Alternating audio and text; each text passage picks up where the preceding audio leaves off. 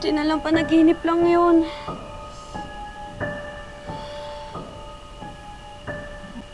Kumusta ka na, Daisy?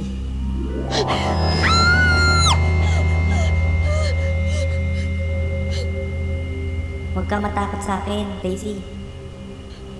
Parang hindi ako matatakot sa'yo! Maligno ka! Umalis ka na dito! Maligno! Daisy, ano ba yung gabi nga? Daisy! Ba't ang ingay-ingay mo? Leslie! May maligno dito sa bahay niyo! Maligno? Ayan o! Asan? Kaya bang pinapalabas mo nakakatakot tong bahay namin? Kasi gusto mong gawan ng kwentong kababalaghan. May pamali-maligno ka pang nalalaman ngayon, ha? Huwag mo kaming tinatakot. Ang weirdo mo. Tulog ka na gabi na.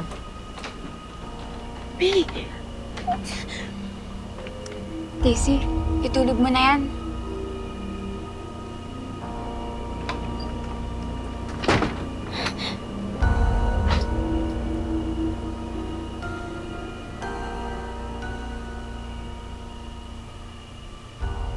Ikaw lang nakakarinig at nakakita sa akin.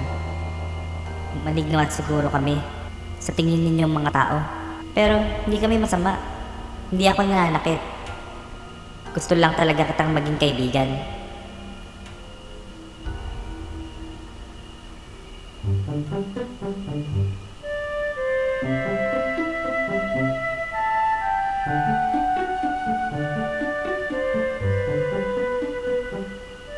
Nakita mo siya, nakatingin sa'yo. Opo, nakangiti. Nakangiti sa'yo. Opo. Tsaka alam ko na gusto niya makipagkaibigan. Ang itsura, kamusta? Ano itsura niya? Dalawa mata, isang ilong, isang bibig, dalawang Opo. tenga. Parang rin po tao tayo, din. opo. Oo, Parang rin po tayo. Kaso nga lang po, ang pangit niya talaga po. Nakakatakot po talaga yung mukha niya. Ay, pangit. Opo. Bakit? Kasi kulubot-kulubot po yung mukha niya eh. Tsaka malaki yung mata. Aha. At nung nakita mo siya, anong bukod dun sa reaction na ano ka, na taranta ka, na takot ka, no? Matagal ba siya doon? Matagal? Saglit lang po. Nung Kasi sumigaw ka, sumigaw nawala? na po ako, nawala na po Nawala siya. na. Opo. Ganun na po ang nangyari. Okay. Ilang beses siya nagpakita sa'yo ng gano'n? Yung nagpakita lang? Marami na po. Maraming beses. Maraming beses. Nung una po kasi, natatakot po ako sa kanyang makipag-communicate. So, nakikipag-usap po siya sa akin sa isip lang. Paano sa isip lang? Sasabihin niya sa isip niya na, ako to, gusto kong makipagkaibigan sa'yo. Ganun po. Tapos, sabi niya, kung unti-unti mo akong kilalanin para masanay ka na makikita mo ko lagi. Kaya yun, unti-unti po kaming binubuksan ko yung bintana para makita ko siya. Hanggang sa nasanay na po ako.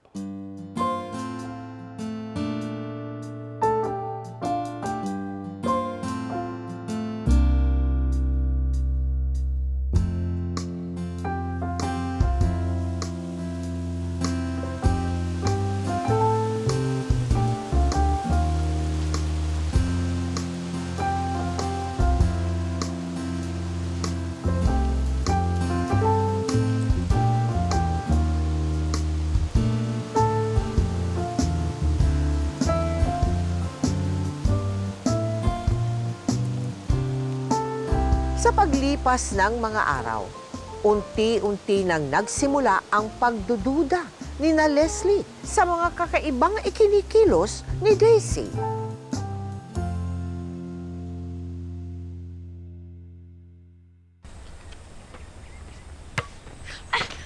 Ano ba? Nananadya ka eh. Umpisa pa lang gusto mo akong saktan. Kung hindi ka man nagsasalita ng mag-isa o tumatawa ng mag-isa, ngayon nananakit naman? Yan bang epekto kapag iniwan ng tatay? Bakit mo dinadama yung tatay ko? Hindi ako baliw. Baliw ka na. At mas lalo kang mababaliw kapag malaman mo na hindi na babalik yung tatay niyo sa inyo. Kasi may baby na siya sa bagong asawa niya.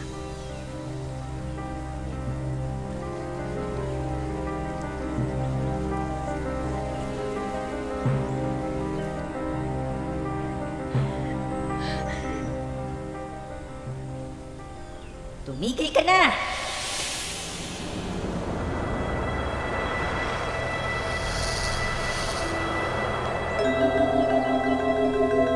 Leslie?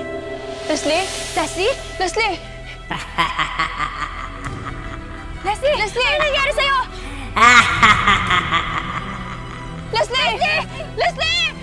May tuwagin ba si Mang Jerry? Leslie, okay ka lang? Leslie! Hindi ho pwedeng tatanggi si Daisy. Kitang-kita po ni na May at Donna ang nangyari sa akin kanina. Totoo ba to, Donna? May? May kababalaghang po ginagawa si Daisy. Siguro demonyo ang sinasamba niyan kaya ninagawa yun sa akin kanina. Huminaw ka, anak. Hindi po totoo yun. Hindi po ako masamang tao.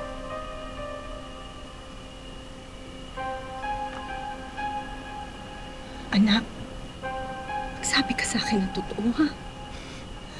Ano ba talagang nangyayari sa'yo? Bakit minsan nagsasalita ka mag-isa, wala ka namang kausap? O kaya minsan tawa ka lang ng tawa, pero wala namang ibang tao doon. Ano mo nagagawa yung mga sinasabi ni Leslie? Ma, hindi nga po ako may kagawan nun. Sinabi ko na po sa kanila noon na merong kakaibang nilalang na nakatira dito. Isa po siyang duwende. Pero ako lang po yung nakakita sa kanya.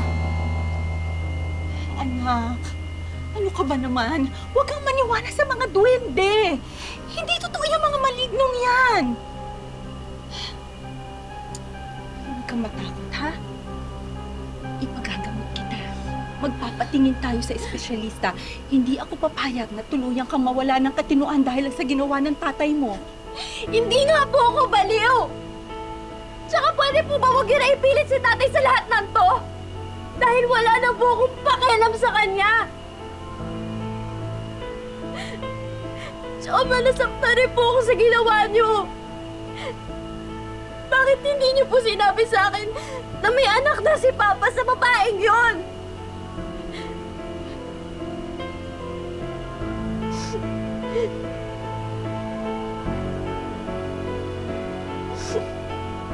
Hindi ho yata ako may tama sa utak.